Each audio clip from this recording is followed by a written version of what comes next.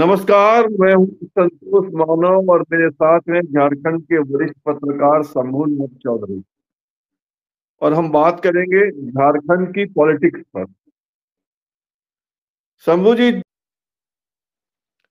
23 दिसंबर को रिजल्ट आया झारखंड विधानसभा का। उस 23 हिसाब नवंबर। से आज 23-24 दिन हो गए और बीजेपी विधायक दल का नेता नहीं तय कर पाई है।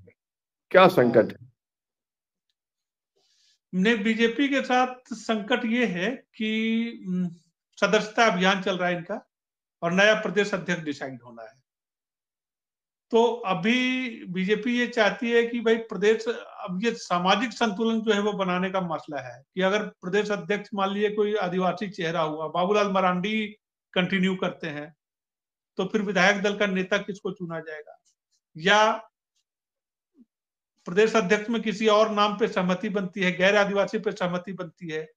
तो इसलिए बीजेपी जो है कि भाई ये पहला सत्र था, गुजर जाने दो, फरवरी में बजट सत्र शुरू होगा और उस समय लगता है कि मुझे उसके पहले बीजेपी डिसाइड कर लेगी। तो मुझे लग रहा है कि ये उनका बहुत फूक फूक के कदम रख रही है और सामाजिक संतुलन कायम रखना है। जातियों को अब तो सारी चीजें उसी पे तय होती है। देखिए अभी कांग्रेस में चीजें तय हुई, प्रदीप यादव, सवाल उठने लगा तुरंत राहुल गांधी पे कि ओबीसी ओबीसी की रटते थे, मंत्रियों में से किसी मंत्री को ओबीसी ओबीसी को मंत्री नहीं बनाया। तो अब तत्काल हुआ, तुरंत डैमेज कर, देखिए तुरंत सामाजिक समीकरण साधा गया, प्रदीप यादव को कांग्रेस विधायक दल का नेता चुना गया। अच्छा, फिर राजेश कच्छप उपनेता बनाए गए। कहा गया था कि सवर्णों में तो भाई राजेंद्र सिंह के सुपुत्र जो अनूप सिंह है, जयमंगल सिंह, उसको उनको पार्टी का सचेतक बनाया गया। तो तमाम पार्टियां इसी तरीके से करती हैं। तो मुझे नहीं लग रहा कि बहुत ज्यादा बीजेपी में जो ही संकट है वो यही कि प्रदेश अध्यक्ष कौन बनेगा और उसके हिसाब से चीजें तय होंगी कि प्रदेश अध्यक्ष का चेहरा अगर मान लीजिए बाबूलाल मरांडी कंटिन्यू करते हैं या कोई आदिवासी चेहरा कंटिन्यू करता है, तो हो सकता है कि विधायक दल का नेता या नेता प्रतिपक्ष जो है बीजेपी विधायक, जो बीजेपी विधायक दल का नेता होगा वो सामान्य वर्ग का व्यक्ति हो सकता है। इस फॉर्मूले पे बीजेपी जा सकती है। पिछली बार सीपी सिंह विधायक दल नेता पद के दावेदार थे, लेकिन बाबूलाल जी आ गए बीजेपी में, तो बीजेपी ने उनको बनाया विधायक दल का नेता।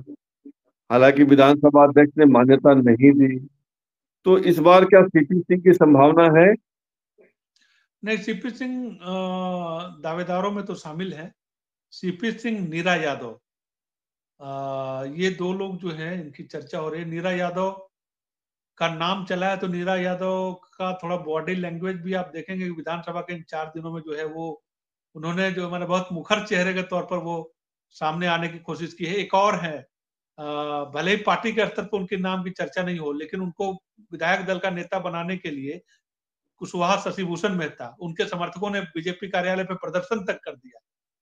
उनसे भी तो ये हुआ कि भाई कुछ कुशवाहा को जो है वो बनाओ, कि कभी इनको मौका नहीं मिला, बहुत सारी चीजें हैं। तो वो अपनी तरफ से दावेदारी पेश कर रहे हैं, लेकिन नहीं लग रहा मुझे कि उनकी दावेदारी, उनसे कई वरिष्ठ लोग हैं यहाँ पे, जिसमें सीपी सिंह ही है और नीरा यादव है, कई लोग उनसे बहुत सीनियर लोग हैं। तो मैंने सोशल मीडिया पे एक और नाम देखा, उनके समर्थक उनका नाम चला रहे हैं कि ये जनाब मैं कभी कांग्रेस विधायक दल के नेता थे, अब बीजेपी में आ गए हैं, सीनियर लीडर हैं, और वो है मनोज यादव। तो क्या उनकी भी संभावना बनती है? देखिए, सीनियरिटी के आधार पे अगर बीजेपी ओबीसी कार्ड खेलती है तो दो लोग हैं, मनोज यादव भी हैं, नीरा यादव भी हैं। दो लोग हैं कि ऐसे तो अमित यादव भी जीत कर आए हैं, लेकिन मनोज यादव सीनियरिटी के हिसाब से पांच पांच टर्म के मुझे लग रहा है कि विधायक हो गए। वो पिछला टर्म नहीं जीत पाए थे। वो शुरुआत में 3 टर्म लगातार जीता, 4 ये 5वीं टर्म जो है वो जीता है। उन्होंने बिहार में भी मंत्री रहे थे वो। तो दावेदारी हो सकती है मनोज यादव तो अगर की भी टर्म दावेदारी। के हिसाब से जोड़ेंगे तो 7वीं बार जीते, लेकिन फिर बीच में कौन? जाति का सवाल आएगा। हाँ, जाति का सवाल आएगा ना। तो बीजेपी, देखिए बीजेपी ओबीसी, एक बात तो ये तय मानी जा रही है कि ओबीसी पॉलिटिक्स की ओर बीजेपी अब जाएगी। जैसा रघुवर दास का प्रयोग हुआ था, और रघुवर दास ने ओबीसी राजनीति को, उनको चेहरा बनाकर ओबीसी की राजनीति हुई थी, और बीजेपी ने पहली बार सरकार बनाई थी पूर्ण बहुमत की। तो मुझे लग रहा है कि बीजेपी अब एक रास्ता वो भी जरूर तलाश रही होगी।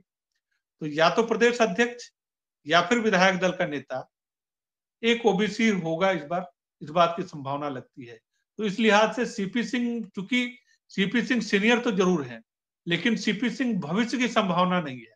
सीपी सिंह को अगर बना के आप रखते हैं 5 साल, खुद सीपी सिंह ने ऐलान कर दिया कि भाई अगली बार मैं चुनाव नहीं लड़ूंगा, तो विधायक दल का नेता केवल कि आपको पुरस्कृत करने के लिए, मुझे सीपी सिंह को एक बार टिकट मिल ही गया, यही सीपी सिंह को बहुत सारी चीजें मिली है, तो उस हिसाब से सीपी सिंह भविष्य के लीडर नहीं है।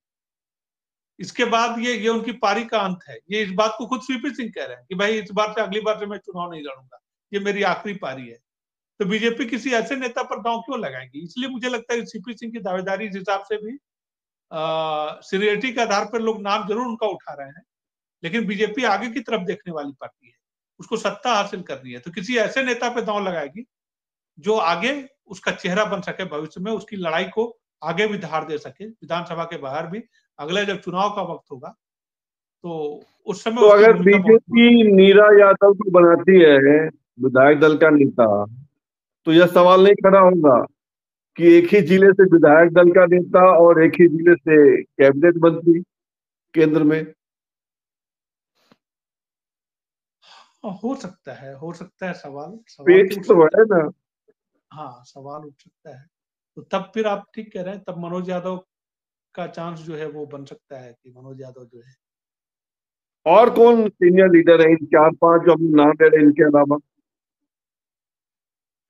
देखिए, चार अभी तत्काल तो चंपई सोरेन पे ध्यान नहीं जा रहा आपका? चंपई सोरेन भी है कि चंपई सोरेन का नाम उठ रहा है, कि वही कह रहा हूँ कि अगर आदिवासी में चॉइस होगा तो चंपई सोरेन भी चॉइस हो सकते हैं, कोई बहुत उसमें कोई आश्चर्य नहीं क्योंकि होना चाहिए। संथाल परगना से इनका एक ही जीता है, देवेंद्र कुंवर, वो अभी आगे नहीं बढ़ेंगे।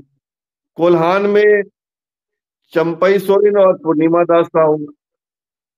हाँ दक्षिणी सीतानागपुर में भी कोई बड़ा नेता नहीं जीता, नीलकंठ सिंह मुंडा हार गए हैं।